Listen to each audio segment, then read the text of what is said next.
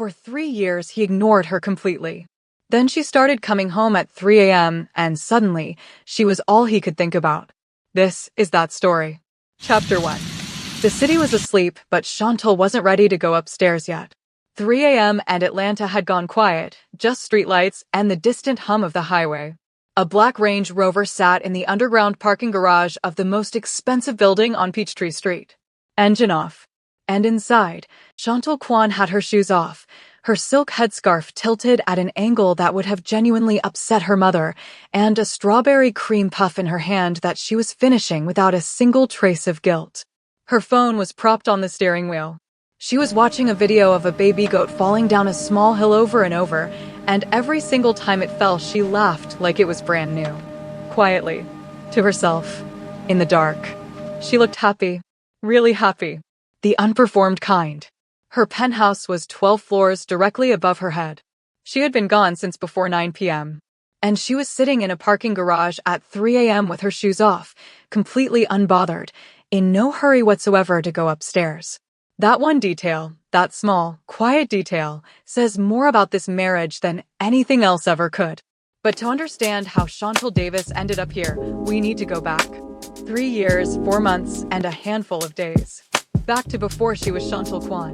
Back to when she was just Chantal, loud laugh, soft heart, the kind of woman who remembered your name after meeting you once and made you feel like the most interesting person alive even when you weren't. She grew up in a 2-bedroom apartment with her mother, Miss Claudette, a woman built from good food, strong faith, and the kind of love that doesn't baby you but never lets you hit the ground either. Miss Claudette had opinions about everything, apologized for none of them, and communicated in 3 languages: scripture, side-eye, and silence. All 3 were equally devastating. Chantal's best friend was Precious Okafor, who was everything Chantal was, and then several additional unsolicited things on top. Zero filter. Maximum loyalty. A supernatural ability to start situations she had no plan to finish. They had been best friends since 7th grade when Precious defended Chantal in a hallway argument using logic so spectacularly flawed and delivered so confidently that the other girl simply walked away confused. That was Precious. Chaotic, loud, and somehow always on the right side of things even when she arrived there by accident. They were at a wedding in Buckhead, outdoor, string lights, expensive flowers, too much wine, when Chantal looked across the garden and saw him. He was standing alone near the bar. Korean. Tall. In a charcoal suit that looked like it had been made for his particular brand of stillness. He wasn't on his phone. Wasn't talking to anyone. Just standing there with a glass of something clear, looking like a man whose mind was somewhere far from this garden and wasn't sure it wanted to come back. Chantal had never been good at leaving a quiet person alone. You know, standing alone at a wedding is basically a public announcement that you're available, right? He looked at her. His face didn't do much, but something in it shifted. The way a room changes when someone opens a window you forgot was there. "I'm not available," he said. "Then you should stand next to someone," she replied, and helped herself to an olive from the dish beside him. He almost smiled. That was the whole problem. That almost smile reached into Chantal's chest and took something, and she let it go without a fight. His name was Taeyong Kwan. And for 6 months after that wedding, he was everything. This is the part people don't know. This is the part that makes the rest of it so hard to understand from the outside. Because Taeyang, before everything shifted, was not a cold man. He was a careful man who had found someone that made careful feel unnecessary. He called her in the middle of his workday for no reason. He remembered things she mentioned once and never repeated. He showed up. He was present in the specific way that feels like being chosen over and over without being asked. He proposed 6 months after that garden. Miss Claudette sat Chantal down with a cup of tea and both hands wrapped around it like she was bracing for impact. "You don't know this man, Chantal. You know how he makes you feel. Those are not the same thing." Chantal heard every word and listened to none of them. Precious bought the most extravagant gift on the registry and cried at the bridal shower, which she denied for months. The wedding was small and beautiful. And the first 3 months of that marriage were everything Chantal had believed they would be. Then Daeho called Taeyong into a private meeting on a Thursday afternoon in the 4th month. And something came home with Taeyong that evening that never fully left. She didn't know what was said in that meeting. She still doesn't. What she knew was that her husband came home that Thursday with a quietness that was different from his usual quietness. Heavier. Sealed. He kissed her forehead when he came in, which he did every evening without fail, but something behind his eyes was already somewhere else. By the end of that week, he was coming home later. By the end of that month, the calls during the day had stopped. By month 6, she had stopped expecting them. Not dramatically. Not all at once. The way you stop expecting rain when a dry season settles in gradually, then completely, until you almost forget what rain felt like.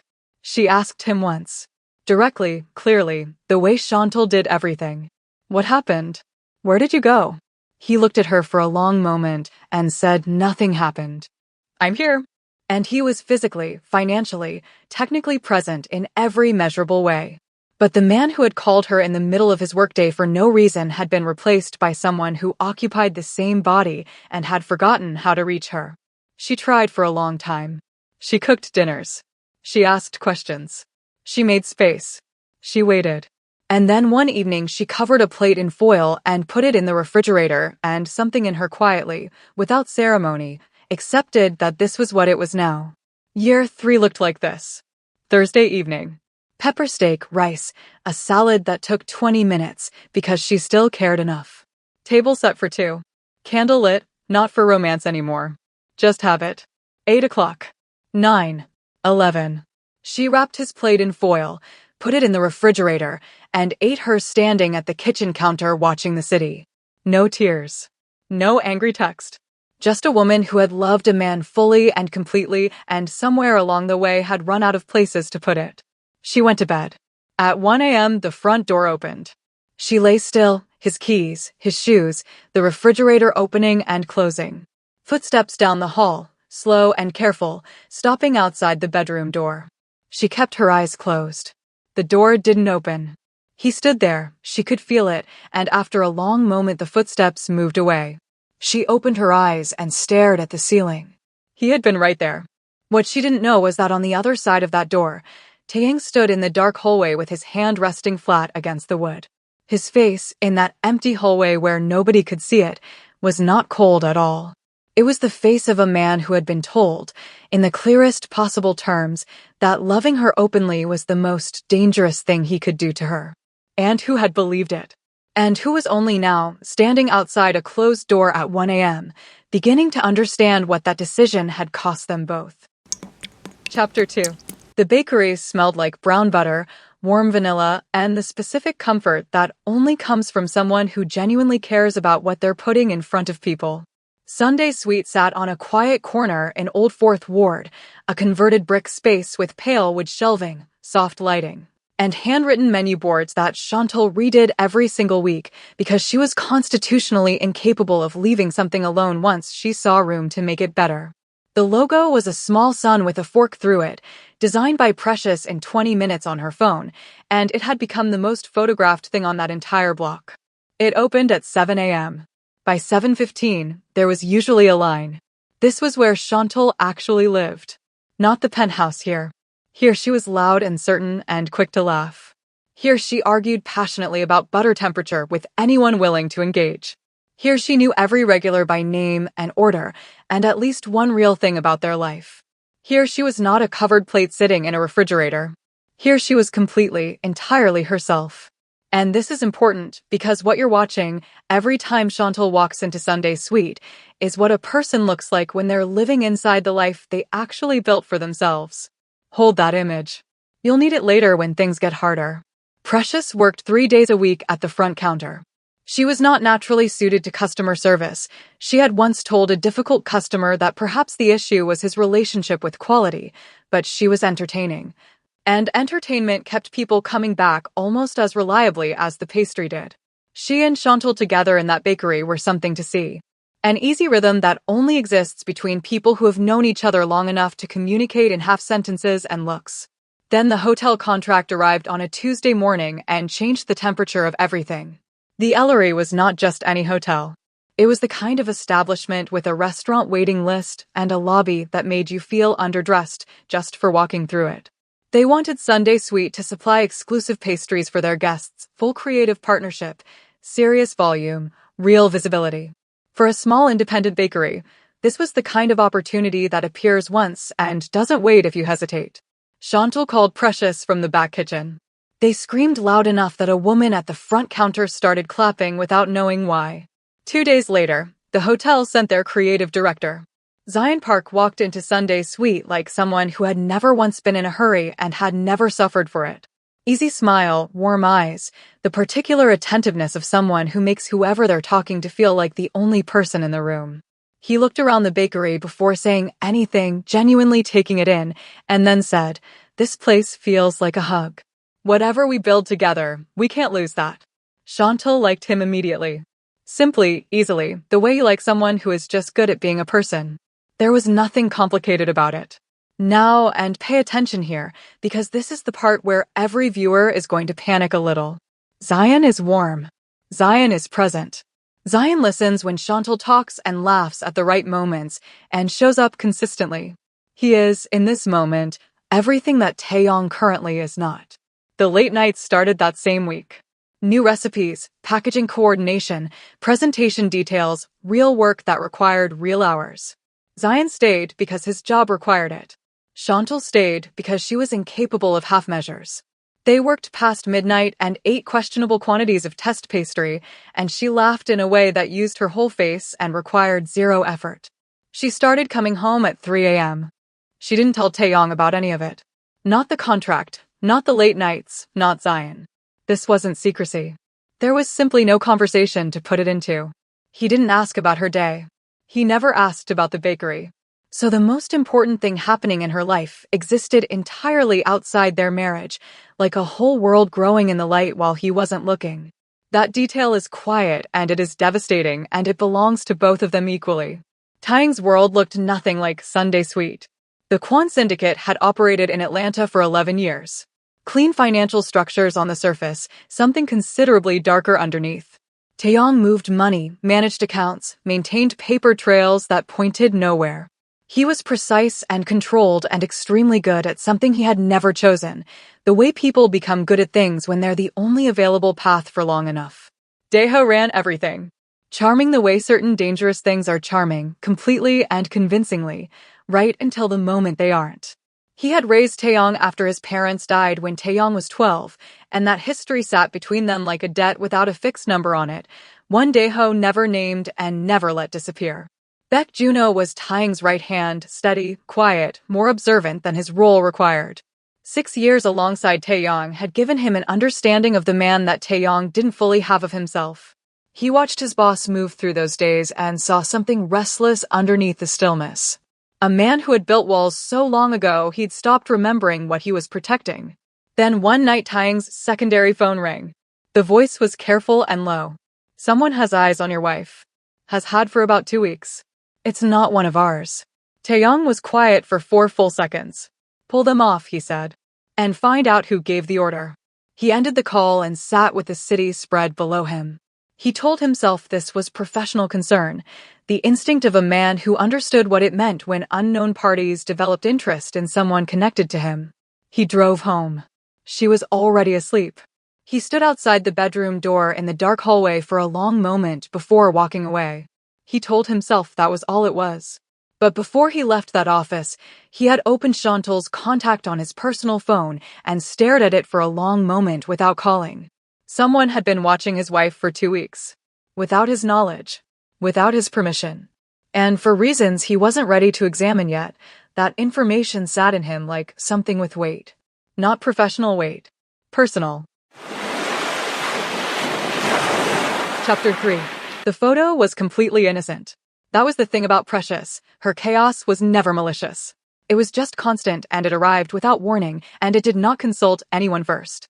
She had stopped by Sunday Sweet on a Friday evening to drop off supplies and found Chantal and Zion in the kitchen, losing it over a cake that had collapsed so completely it looked like a different object. Chantal's head was thrown back mid-left, her hand on Zion's arm for balance, her whole face open and bright. Precious pulled out her phone the way she did everything, without thinking, without warning, and posted it before the moment had even finished happening. The caption read, *, she's thriving babes. Auntie is winning, * with a flower emoji and a crown. 43 likes in the first hour. Comments from women they went to high school with saying Chantal looked incredible. Precious replied to every single one personally and enthusiastically. She had absolutely no idea what she had just set in motion. Taeyang saw it at 11:47 p.m. Juno placed his personal phone on the desk without a word and took a step back. Taeyang looked at the screen, looked at the photo.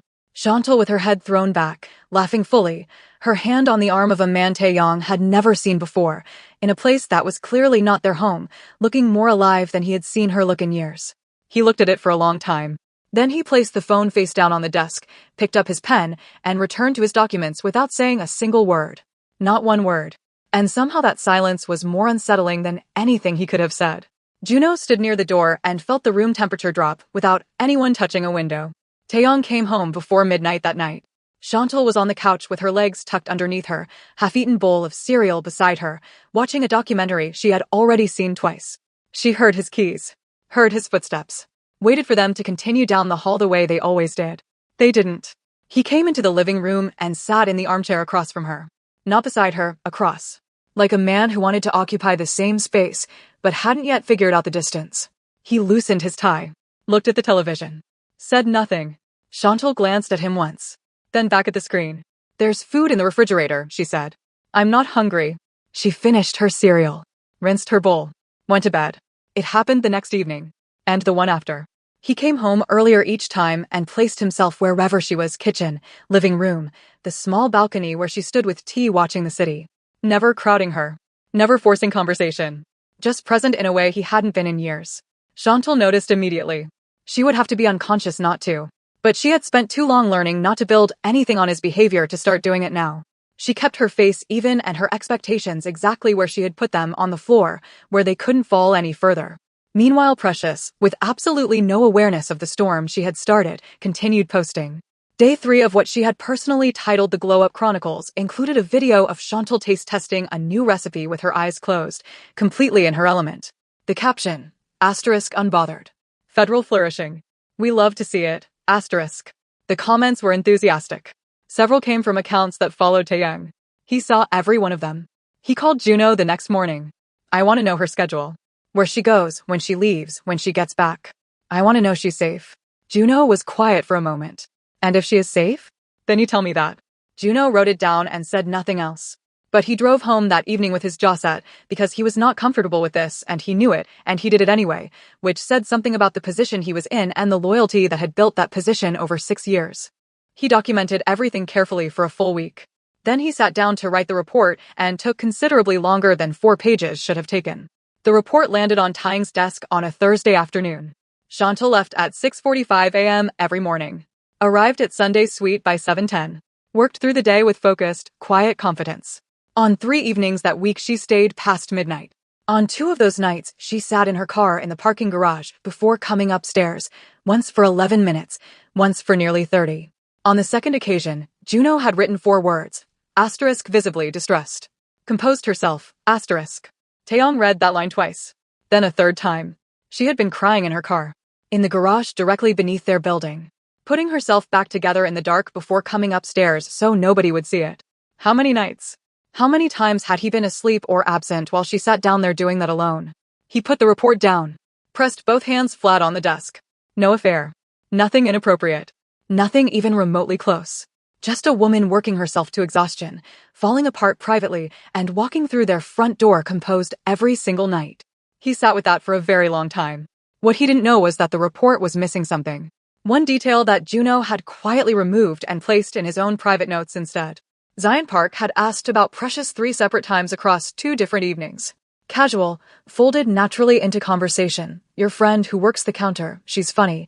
Is she seeing anyone? With the persistence of a man trying very carefully to appear like he wasn't being persistent. Juno had his reasons for leaving it out. He wanted to understand what it meant before it landed in front of a man who was already carrying more than his glass could hold. He told himself it was professional judgment.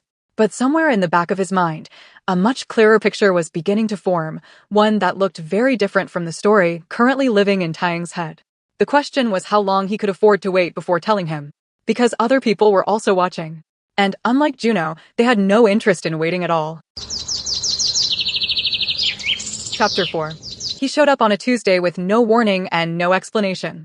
Taeyong walked into Sunday's suite at 10 a.m. in a dark coat, looked around the bakery like a man who had just entered a country whose customs he hadn't studied, and sat down at the small corner table farthest from the counter. He picked up the menu and studied it with the focused concentration of someone defusing something. Precious saw him first. She went completely still behind the register, remarkable, because Precious had never been completely still in her entire life. She held it for about 4 seconds, then turned slowly toward the kitchen doorway and said, in a very controlled voice, "Your husband is here." Chantal came to the doorway, looked out, took a breath, then wiped her hands on her apron and walked over. Taeyong. I was in the area, he said. This was not true. Sunday's suite was 30 minutes from his office in the completely opposite direction, and they both understood that perfectly well. Chantal handed him the menu without addressing the lie and went back to work. He ordered a plain croissant and an Americano and sat at that corner table for 2 full hours. He watched the bakery operate, watched Chantal move through her space, directing her staff, tasting things, handling a small delivery issue with the calm efficiency of someone who had built everything around her from scratch. She didn't perform for him, didn't acknowledge him beyond basic courtesy. He was a customer. She treated him like one. He finished the croissant, ordered another one. When the morning rush thinned and she had a quiet moment, she came to clear his table. He said, "This one is different from the first." She paused. Second batch had a lamination problem. Butter wasn't cold enough. How do you know? Because I made it and I know when I've rushed something. She picked up his plate. He looked up at her. It was still good, he said. She looked at him for a moment with an expression that gave him absolutely nothing to work with. Then she took the plate back to the kitchen. He came back Thursday. Then the following Monday. Each time, same corner table, same careful attention to whatever he ordered. One quiet observation that was always accurate. It was stiff and awkward in the specific way that happens when two people who were once close have to relearn each other from the beginning. Chantal stayed professional and even and completely unreadable. She had been burned too many times to let a few visits to her bakery mean anything at all. And listen, this is the part that will quietly break your heart if you're paying attention. He wasn't doing grand gestures. He wasn't showing up with apologies or speeches. He was showing up and eating croissants. That was all he had figured out how to do. And somehow that made it worse and better at the same time. Precious watched the whole situation from behind the counter with her arms folded and her mouth uncharacteristically closed, which meant she had opinions too large for words. Daeho arrived on a Wednesday with no warning and a smile that filled the whole doorway. He greeted Chantal warmly, kissed her cheek, looked around Sunday's suite with what appeared to be genuine appreciation. He ordered 3 things, complimented each one thoughtfully, asked about the hotel contract, told her she was remarkable, said Taeyong was lucky. Every word was perfectly warm. Every word was perfectly reasonable. And the entire time, Chantal smiled and thanked him and felt, underneath all of it, like something was walking slowly around the edges of her looking for a way in. She couldn't point at anything specific. He gave her nothing concrete to react to.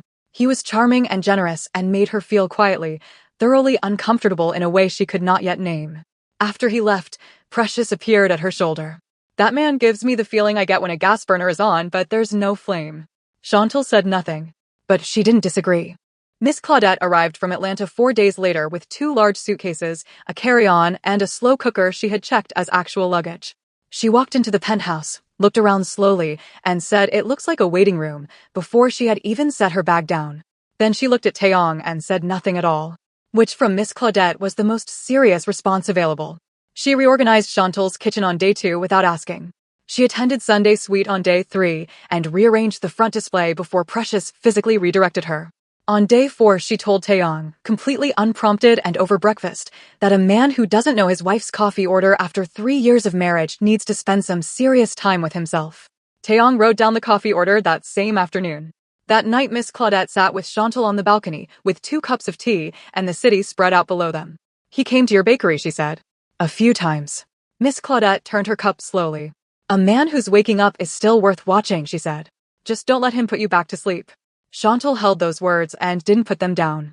The security detail revealed itself through Gerald. Gerald was a Wednesday regular, cheese Danish, black coffee, and the observational habits of a man with unlimited free time. He mentioned casually to Chantal that he kept seeing the same black car parked outside. 3 days running. Same spot. Same tinted windows. Nobody going in or coming out. Chantal noted the plate that afternoon. By Friday evening, she had her confirmation. She called Taeyong. Her voice was level and quiet. Come home.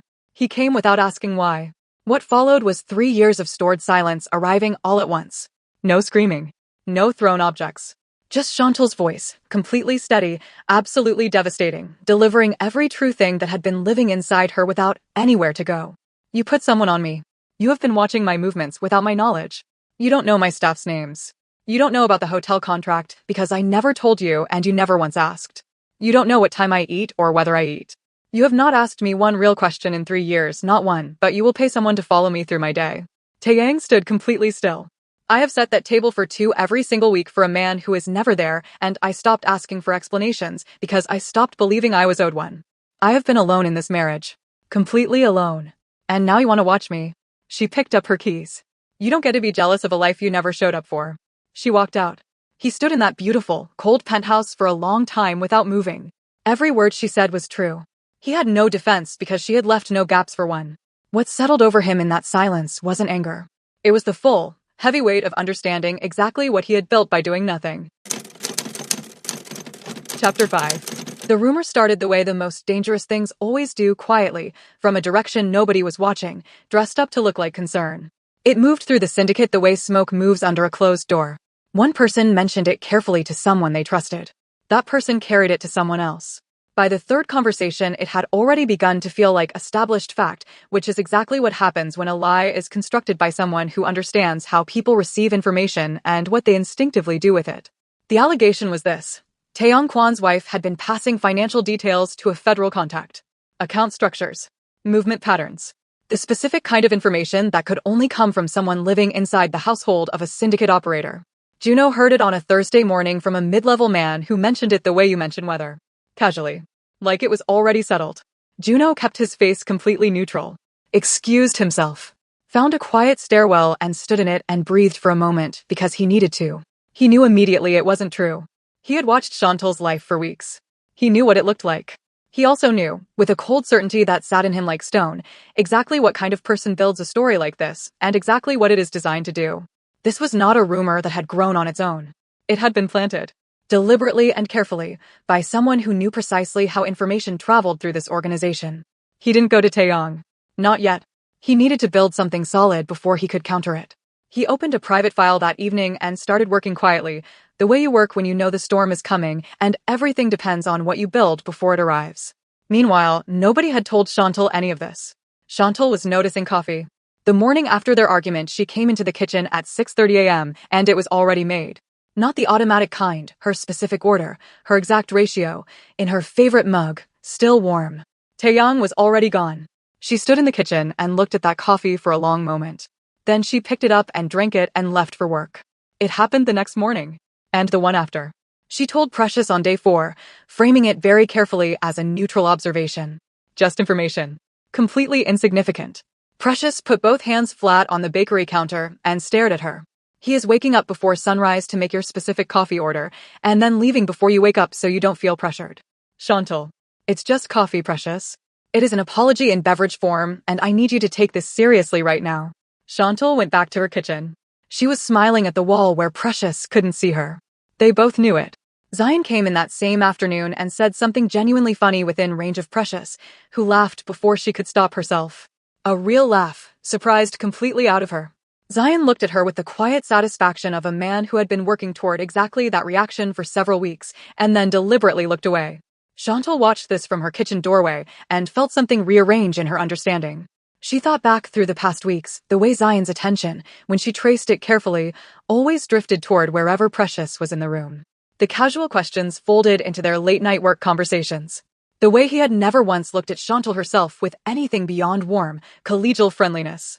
A seed of realization planted itself and began, quietly, to grow. She found the cards on a Sunday. She was looking for a phone charger, nothing more. Third drawer, beneath a folder. 3 white envelopes. Her name on each one in Taeyang's handwriting. Each one sealed. Purchase receipts still in the cellophane on the back, dated exactly 1 year apart. 3 consecutive anniversaries. Bought every year. Never given. Never opened. Just sealed and placed in a drawer like something he had meant to do and couldn't find the way to. She sat down on the floor right there. Not in a chair, the floor, back against the desk, all 3 envelopes in her hands. She didn't open them. She didn't cry. She just sat with them and felt the full weight of what they meant. Not that he didn't care, but that he had cared in silence for 3 years and swallowed it every single time. That sitting in that drawer was 3 years of a man who felt something and had no idea what to do with it. She put them back exactly as she found them. Went to the kitchen. Started cooking something she didn't need just to have somewhere to put her hands. She told nobody. She held it alone, and it sat in her chest like something with real weight. And, honestly, that moment, Chantal sitting on the floor with those 3 unopened envelopes, is the kind of thing that stays with you long after the story ends. The rumor reached Taeyong on a Tuesday. Not from Juno. From Daeho over a private lunch, in a tone of deep, reluctant concern. Daeho laid it out carefully. The alleged contact. The alleged information. The timeline constructed to look credible. He shook his head slowly like a man delivering news that genuinely pained him. Taeyang drove back to his office in silence and sat at his desk and turned it over in his mind. He reached for the part of him that would reject it immediately and completely. It took too long to find. And in that delay, in those hours of not being certain, something cracked that would not be easy to repair. He stopped going to Sunday Suite. 3 days. Then 4. Then a full week. The coffee kept appearing every morning. He was still waking up early, still making it, still leaving before she woke. But everything else closed back over like water over a stone. Chantal noticed the absence on day 3. By day 5, she was lying awake running back through everything, looking for what had changed. She found nothing. Because the thing that had changed had nothing to do with anything she had done. She just didn't know that yet.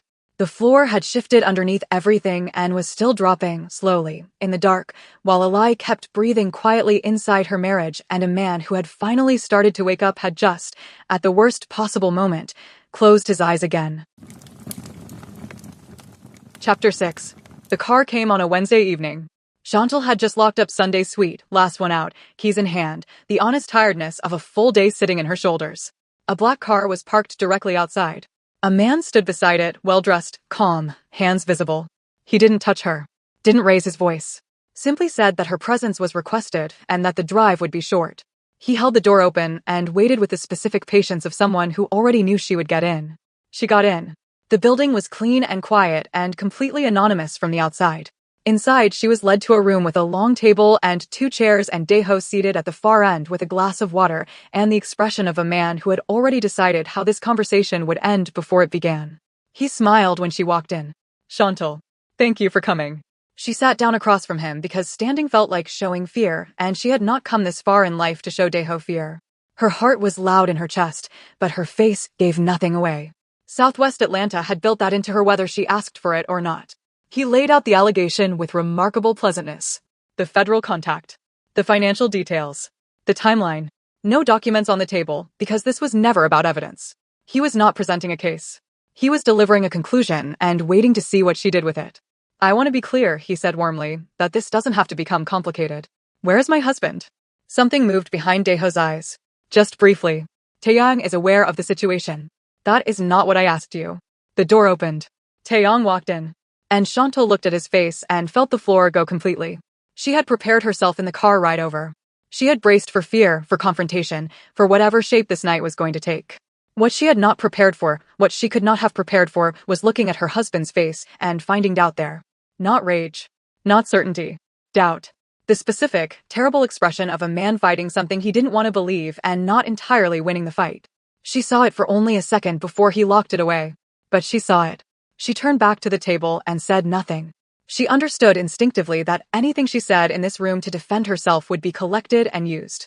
So she sat straight and waited and felt something cold move through her that had nothing to do with Daeho. Her husband had doubted her. Even for a moment. Even for 1 second.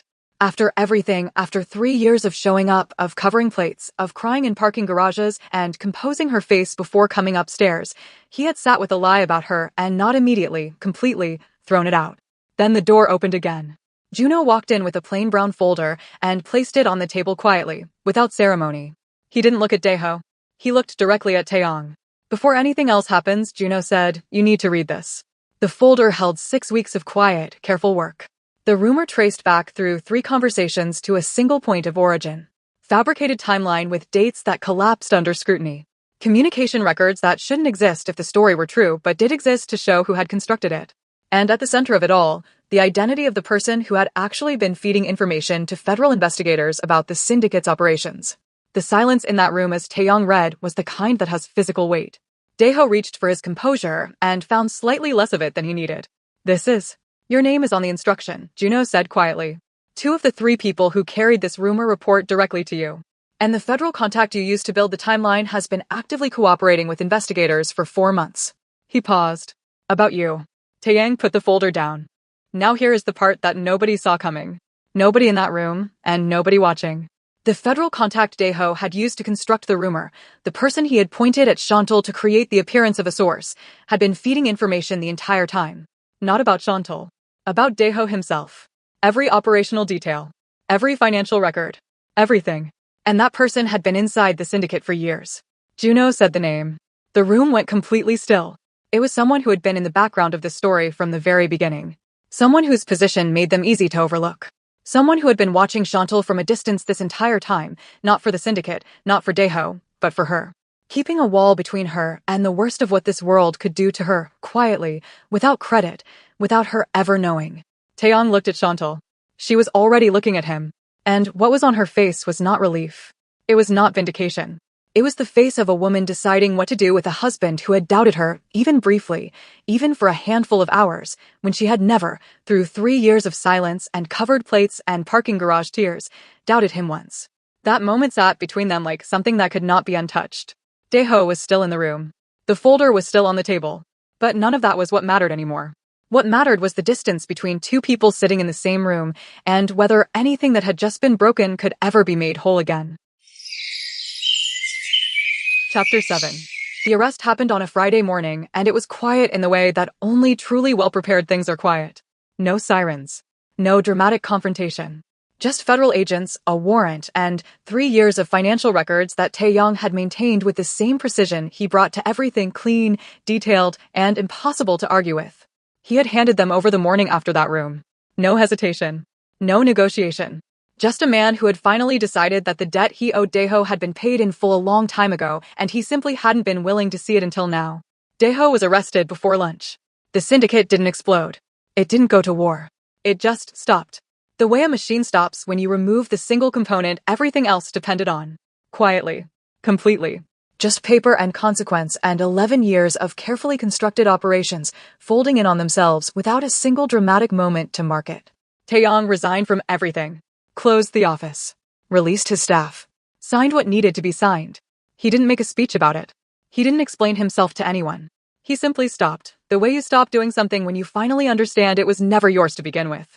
And then he went home to an empty penthouse. Chantal was at Miss Claudette's. She had left the night of that room, and she had not gone back. Not out of dramatic declaration, she hadn't slammed doors or sent long messages. She had simply gone to her mother's temporary Atlanta rental, put her bag down, sat on the couch, and stayed there. Precious was there too, because Precious was always where Chantal was when it mattered. Here's what people don't understand about the way Chantal felt in those days. They expect rage. They expect the kind of sharp, loud anger that makes for satisfying television. But what Chantal felt was not that. What Chantal felt was exhausted in a way that sleep couldn't touch. The night with Daeho had frightened her deeply, not just in the moment, but in what it revealed. The world her husband actually operated in. The real dimensions of it. The danger that had been living quietly alongside their marriage this entire time without her knowledge or consent. She needed to sit with that. She needed to know, honestly and without pressure, whether she still wanted to walk back into it. Even a version of it without Daeho. Even a Taeyang who had chosen her. She needed to know if she still wanted this, and she needed to figure that out without anyone standing in front of her waiting for an answer. Miss Claudette, to her enormous credit, did not push. She cooked. She prayed. She let her daughter sit in the quiet and feel what she needed to feel. Precious also did not push. Mostly because Precious was dealing with her own situation. Zion had been texting Precious for 2 weeks. She had been responding in this specific way that means everything, quick replies, excessive punctuation, emojis she would deny using if asked. Chantal had watched this unfold from the couch with the detached amusement of someone who had seen it coming for considerably longer than Precious had. The relationship became official on a Tuesday afternoon in the most chaotic way imaginable. Zion showed up at Miss Claudette's door, in person, unannounced, holding flowers that were clearly purchased in a hurry, and told Precious through the screen door that he had been trying to ask her out for 6 weeks, and he was done being subtle about it. Miss Claudette appeared behind Precious before anyone could stop her, looked Zion up and down thoroughly, and said, "You're late," and walked back to the kitchen. Precious stood at that door for approximately 4 seconds. Then she opened it. Chantal watched the whole thing from the couch and laughed, really laughed, the full kind for the first time in days. And if you needed a reminder that life continues happening even in the middle of the hardest parts, Precious and Zion's chaotic, overdue, Miss Claudette witnessed relationship becoming official in a doorway is exactly that reminder. The thing that reframed everything arrived by accident on a Thursday. Chantal had gone back to the penthouse to collect more of her things. Taeyong wasn't there. She moved through the space quickly and efficiently, gathering what she needed, keeping her eyes forward. She almost missed it. On the shelf in his home office, behind 2 books, was a small notebook. It had fallen slightly sideways, and she only noticed it because something slid when she reached past it. She would have left it completely alone, it wasn't hers, but it fell open when it hit the desk. She looked down without meaning to. It was full of her. Not in a dramatic way. In a quiet, private, deeply personal way that made it clear nobody was ever supposed to see this. Observations written in his careful handwriting. Things she had said that he had remembered and written down. Small details about her, the way she reorganized things when she was thinking, her laugh, the recipe she hummed while she worked, a joke she had made 2 years ago that he had apparently found funny enough to write down and never told her. Pages and pages spanning, she checked the dates, 3 years. 3 years of a man who was paying attention to every single thing and had no idea what to do with any of it. She sat down slowly with a notebook in her hands. And then she cried. Not from sadness. From the specific grief of understanding something too late and too fully all at once, that the silence had never been emptiness. It had been a man who felt everything and had been taught, somewhere deep and early, that feeling things was not something he was allowed to do out loud. She put the notebook back where she found it and sat in that office for a long time. Then she went back to Miss Claudette's and didn't tell anyone what she had found. But something in her face had shifted. Precious noticed. She said nothing. Sometimes the most important moments are the ones nobody witnesses. Chapter 8. Taeyong did not chase her. This is important. Because everything about who he used to be, the control, the management, the careful positioning would have moved him to chase. To fix. To handle it. But he didn't. He signed the penthouse over to Chantal's name on a Monday morning. He opened a dedicated bank account for Sunday Suite and transferred enough to cover a full year of operating costs and expansion. He left both documents with her lawyer without attaching a single word of explanation to either of them. Then he disappeared for 3 weeks. Nobody knew exactly where he went. Juno knew, because Juno always knew, and he kept it to himself. What mattered was that Taeyong was gone, and he had left behind no pressure, no expectation, no request for anything in return. Just 2 documents that said, in the only language he had ever been fluent in, that her life and what she had built in it mattered to him more than anything he was walking away from. Precious found out about the bank account on a Wednesday and called Chantal into the back kitchen and showed her the notification on the business account. Chantal looked at the number, looked at the transfer note, which said only, Sunday Suite, no conditions. She put the phone down and went back to work. Precious watched her go and wisely said nothing. He came back on a Monday. Not to the penthouse, to Sunday Suite. 6 a.m., before the bakery opened, standing outside on the pavement in a plain dark jacket with his hands in his pockets. Not knocking. Not calling. Just there. Chantal saw him through the front window when she arrived to open up. She stood inside and looked at him through the glass for a moment. Then she went to the back and started her prep work. He was gone when she came back to the front an hour later.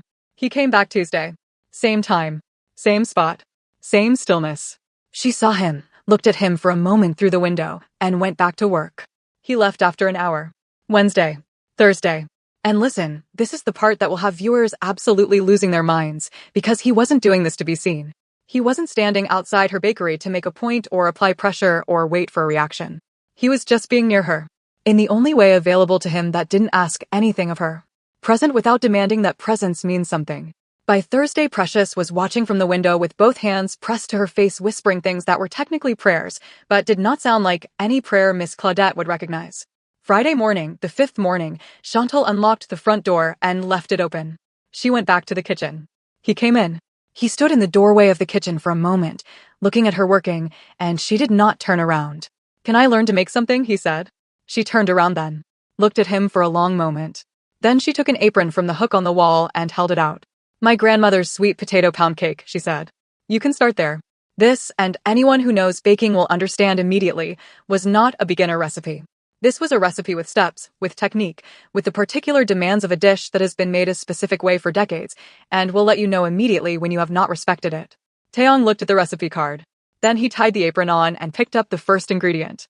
He failed in the first 10 minutes. The texture was wrong in a way that defied the instructions. Precious, who had arrived by this point and taken a stool in the corner of the kitchen, announced the failure with the detailed enthusiasm of a sports commentator. He tried again. Wrong again. Precious updated her commentary. Miss Claudette called during attempt 3, somehow, from Atlanta, as though she had sensed something was happening, and Chantal put her on speaker, which meant Miss Claudette was able to provide live feedback on both Taeyong's baking and his general life choices simultaneously. Taeyong said, "Yes, ma'am," 7 times in 4 minutes. Chantal was laughing. Really laughing. The full kind, the effortless kind, and she wasn't trying to hide it. Attempt 4 was closer. Precious acknowledged this grudgingly. During attempt 4, while the cake was in the oven and the kitchen had gone quieter, Chantal reached into the pocket of her apron and placed 3 envelopes on the counter between them. Taeyong went still. She opened the first one. She read it quietly. The kitchen was completely silent except for the oven. She read every word he had written a year ago and sealed and put away and never found the courage to give her. Then she put it down and opened the second one. By the third envelope her hands were not entirely steady. She read it to the end, put it down, and sat with all 3 open in front of her. He didn't say anything. He didn't try to explain or add to what was already on those pages. He just stood on the other side of the counter and let her have the full weight of it. She cried quietly. Not a breakdown, just tears that came without permission, the kind you can't stop once they start.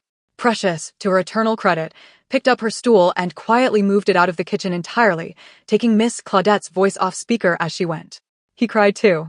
Briefly, without announcement, in the way of someone who was not practiced at it.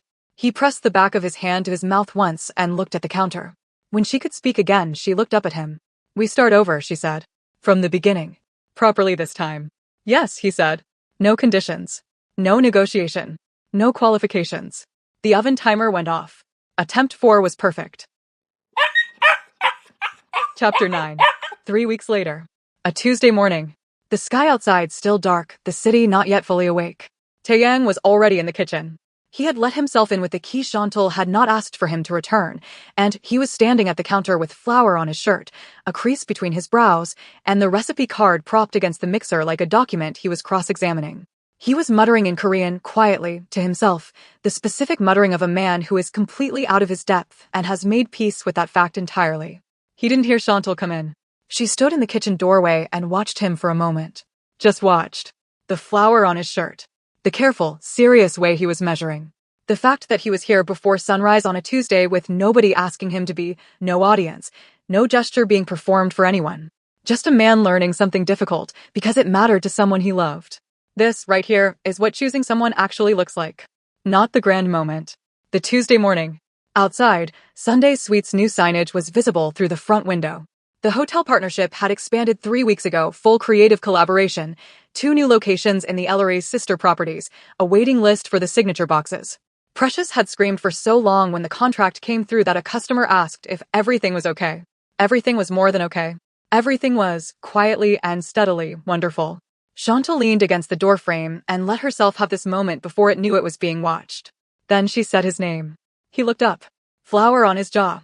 Apron slightly crooked. Completely undone in the best possible way. She walked to the counter. Cut a small piece. Tasted it. Went still. Tasted it again, slowly this time, making sure she was right. She looked up at him. You got it. And there it was. The thing that had been almost happening since a wedding in Buckhead 3 years ago, that almost smile that had started this whole story finally, completely, became a real one. Full. Unhurried. The kind of smile that had clearly always been there, just waiting for the right conditions to come forward. It was worth every single part of the wait. Behind the front counter, between the menu board and the window, hung a small framed photo. Viewers will recognize it. It was the photo Precious posted. Chantal laughing, head thrown back, hand on Zion's arm, completely alive. The photo that started everything, that made a quiet man suddenly unable to look away from a life he had been absent from. But now, knowing everything, the notebook, the cards, the 5 a.m. coffee, the man standing outside a bakery for 5 consecutive mornings just to be near her without asking for anything, that photo means something completely different. It was never about Zion. It was never about jealousy in the way people think about jealousy. It was a man finally seeing, in one captured moment, exactly what he had been too close to reach for, and deciding too slowly, imperfectly, at great cost, to reach for it anyway. Chantal had framed it herself and hung it there deliberately. Taeyong had seen it on his first morning in the kitchen and said nothing. She had watched him look at it and said nothing. Some things don't need to be explained when they are already understood. 2 people. flour and soft morning light. A bakery that smelled like brown butter and vanilla and the particular comfort of something real. No grand confession. No wedding redo. No speech. Just a Tuesday.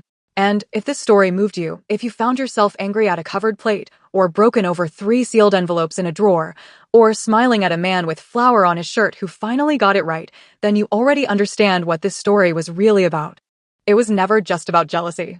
It was about 2 people who needed to find their way back to each other through the hardest version of the journey. And somehow, imperfectly and completely, they did. If you've been here from part 1, thank you for staying until the 5th try.